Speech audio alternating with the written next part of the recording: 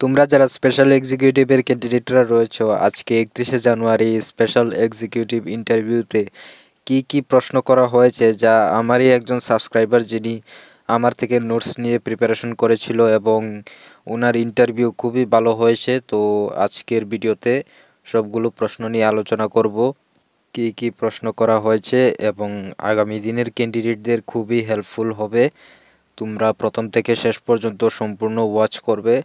আর তুমি যদি চ্যানেলে নতুন হয়ে থাকো তাহলে অবশ্যই চ্যানেলটিকে সাবস্ক্রাইব করে পাশে থাকা বেল আইকনটিকে প্রেস করে রাখবে এমন ইনফরমেটিভ ভিডিও সবার প্রথমে পাওয়ার জন্য।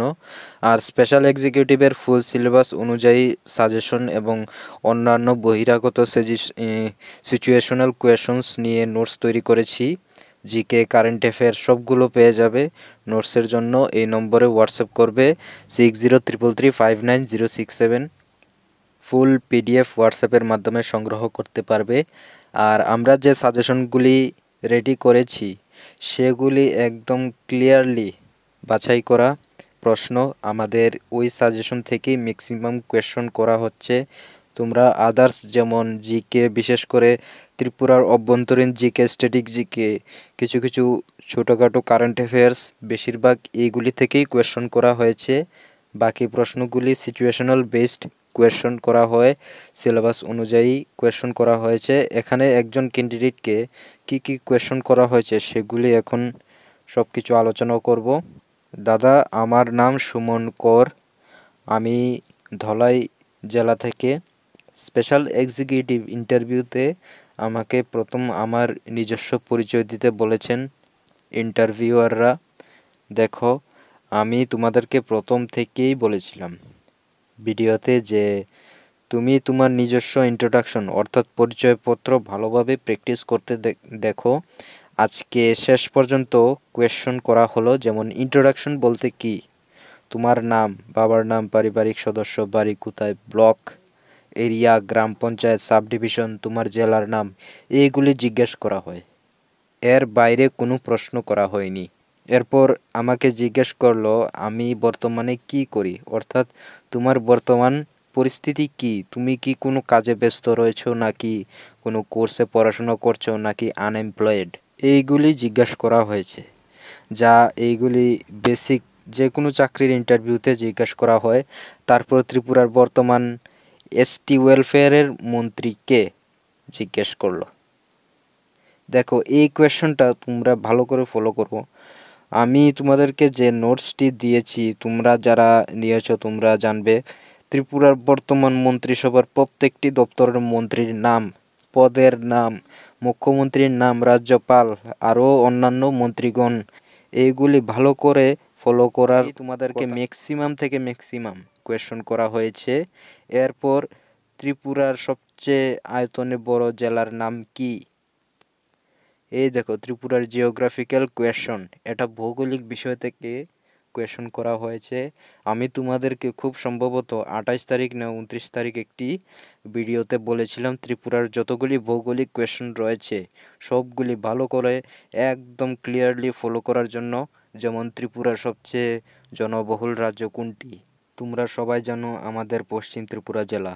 তারপর ত্রিপুরার সবচেয়ে আয়তনে ছোট রাজ্য কোনটি, 59 জেলা।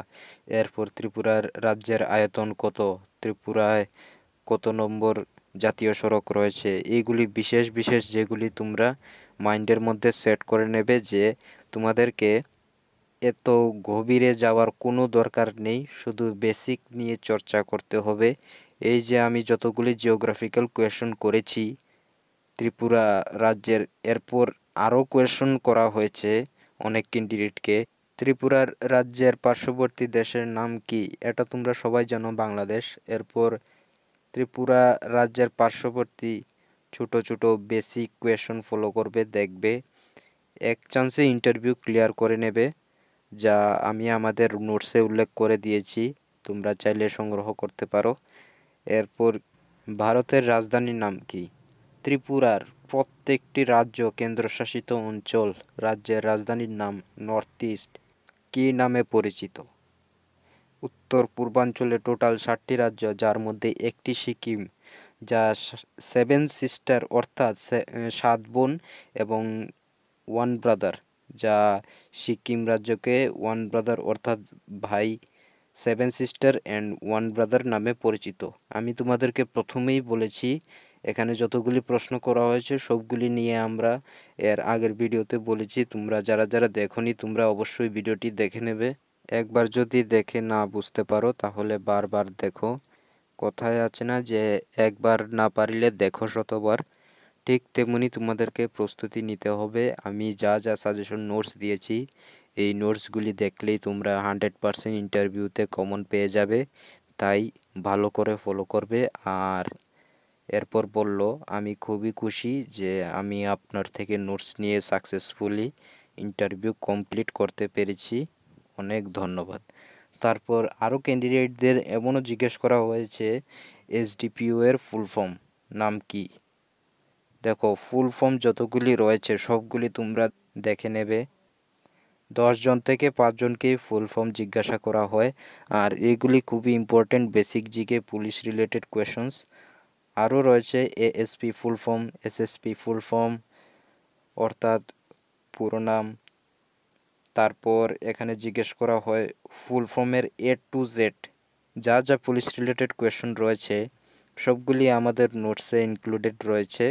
এরপর ওসি পুরো নাম কি, আইপিসি, ইন্ডিয়ান প্যানেল কোড, এইগুলা থেকে ম্যাক্সিমাম কোয়েশন করা হয়েছে। এরপর এমনও কিছু সিচুয়েশনাল কোয়েশনস করা হয়, তুমি কিভাবে তদন্তের জন্য প্রমাণ সংগ্রহ করবে। যদি কোনো জায়গায় কোনো একটি ঘটনা হয় তাহলে তুমি সেখান থেকে কিভাবে প্রমাণ সংগ্রহ করবে, ঠিক আছে। এইগুলি তোমরা কখনো পড়াশুনো করে বা প্রিপেয়ার হয়ে উত্তর দেওয়া যায় না, এইগুলি আগে থেকেই বেসিক নলেজ থাকতে হয়। এত ঘাবড়ানোর কোনো দরকার নেই, সিম্পলভাবে উত্তর দেবে। যেমন একজন পুলিশ কর্মী হিসেবে সেই ঘটনাস্থলের দৃশ্যের ফটোগ্রাফ এবং শারীরিক পরিমাপ নেব, ফরেনসিক প্রমাণ শনাক্ত করে এবং সংগ্রহ করে এবং সেই প্রমাণের হেফাজতের যথাযথ চেইন বজায় রাখব। অপরাধের দৃশ্য তদন্তকারীরা আঙ্গুলের ছাপ, পায়ের ছাপ, রক্ত এবং শরীরের অন্যান্য তরল, চুল, ফাইবার এবং আগুনের ধ্বংসাবশেষের মতো প্রমাণ সংগ্রহ করব, ঠিক আছে। তাহলে এইগুলি ছিল আজকের 31শে জানুয়ারি যা যা কোয়েশন করা হয়েছে ইন্টারভিউতে। অনেকে এমনও বলছে 2 থেকে 3টি প্রশ্ন করা হয়েছে, এমন কিছু হার্ড লেভেলের কোয়েশন করা হয়নি। তো তোমরা আশা করি বুঝতে পেরেছো যা যা জিজ্ঞেস করা হয়েছে সবগুলি বললাম। আর এখনও যারা সাজেশন নোট সংগ্রহ করনি এই হোয়াটসঅ্যাপ নম্বরে সংগ্রহ করতে পারো 6033359067।